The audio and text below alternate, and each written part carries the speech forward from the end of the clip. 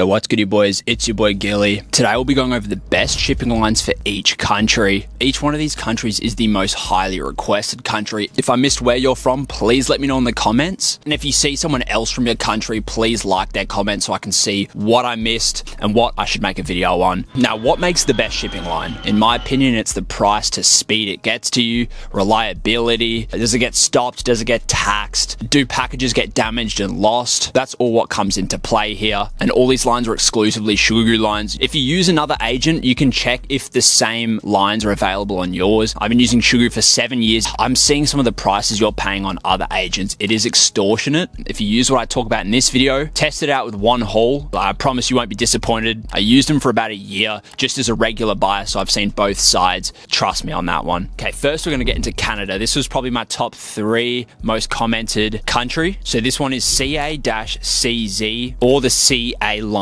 actual weight. In Canada, you find a lot of postal strikes. So that means workers in Canada going on strike, causing delays. These two lines seem to bypass a lot of those delays, issues. It seems like it's the most popular and people seem to agree the price to timeline is very good. Just for time's sake, I'm going to give just a couple of the best lines for each country. Otherwise, we'll be here all year. And at the very end, I'll talk about shipping lines to never use. It is very important. Make sure to always auto declare. So that means you let the workers declare for you. If you're paranoid, you can declare at 14 USD per kilogram. This is for Canada, not for all of them. I'll talk about this in every line and country. If you're, like I said, paranoid, but I don't waste time on declaring. I've auto declared for about 5 years. It just saves so much time and headache. And if you're from Canada, you can let me know if you agree with me, or you can let me know what shipping line you use. So for these shipping lines in Canada, it also applies to Montreal, Quebec, and Ontario. Just FYI. Next, we're going to get onto the UK. So this was my most commented country. Shout out to the UKians out there. So this is by far the best line. So it's the UK tax-free actual weight line. Now this is a triangle line and you'll see your haul within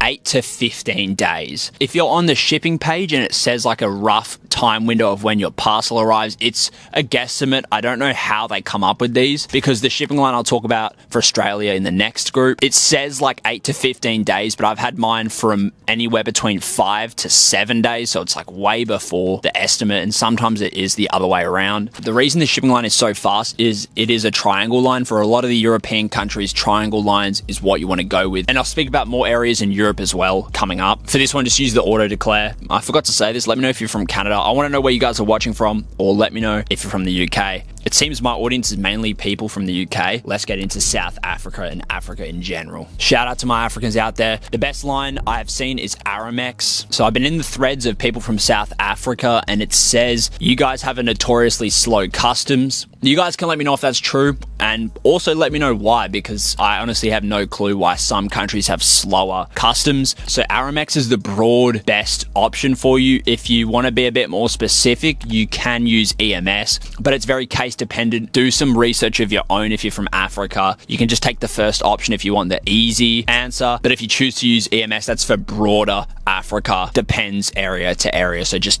check between the two and make your own final call on it. So next we're going to do Australia. I'm from Australia, obviously Western Australia, but you guys can let me know if I'm wrong. I assume it's the same for every state in Australia. What I've been using recently, and you've heard it in all my haul videos, it's a new EMS. It's called EMS 60. It's a little bit more pricey. The way Australia works is it clears through all the eastern states. It's kind of random between where it goes. It goes from China to a random eastern state, then it goes across to me in Western Australia. Some of the EMS 60 ones are getting to me from China, from when I get the tracking to it touching my doorstep, 4 to 5 days. I have never before seen that. It's at slowest 7 to 8 if it falls on a weekend. But I'm telling you, just try EMS 60. It is worth the small premium. It's not even that much more expensive to the other Australian shipping options. EMS is just the safest option. One thing I see a lot of people fall for is they pick the AU Express line because you see Express in the title. So you go, it must be the fastest. I'm gonna pick pick that. It's not the case. Some AU Express hauls that I've shipped, for a reason I'll get into in a second, take a lot longer than EMS. Not only that, if it's got that orange logo on Sugargoo, it means 9 times out of 10 you're not going to get updates, meaning it's not going to update until it lands in Australia. And for this line in specific, it sometimes takes like a couple weeks to get to Australia. So if you're new, you're going to be thinking the worst. Your haul's been thrown overboard, you know, shot out of the sky. I don't know. I would only pick this line if you have electronics and batteries. That's the only time I use it. If I'm shipping out keyboards, I'll use this line in specific. Otherwise, pick any EMS option. There's probably about 10 EMS options depending on how heavy your haul is. Just use auto declare if you're from Australia. I've never had a problem. EMS, and especially EMS 60. And let me know if you're from Australia, and better off, let me know whereabouts in Australia you're at. Next is the Middle East, the UAE. So Aramex dominates over EMS, but again, like Africa, do your research between EMS and Aramex and make your own judgment on what you're going to pick. Now, to put this in simple terms, due to some circumstances going on the globe right now, there is some delays within this area. Also, if you're shipping from China and your parcel does pass over these risky areas, you can see delays. People in Australia using other agents were complaining of delays. I don't know why. Bear in mind, and also do research on that. You can look in communities to see if your area will be affected by delays, but I think you should know that by now. Let me know if you're from the Middle East. Shout out to you guys. Next, we've got Eastern EU/Scandinavia. So I spoke about this on other platforms. Anywhere in this area is the EU IOSS free and tax-free line, fucking tongue twister, or the DHL DPD tariffless. So the reason, if you're in this area, you want to be using these triangle lines is it gets around the scrutiny. You sometimes find it customs using other lines. It gets around all the tariffs. It passes through little hubs. It's a little loophole that gets your shipping costs down. If you're in these areas, I've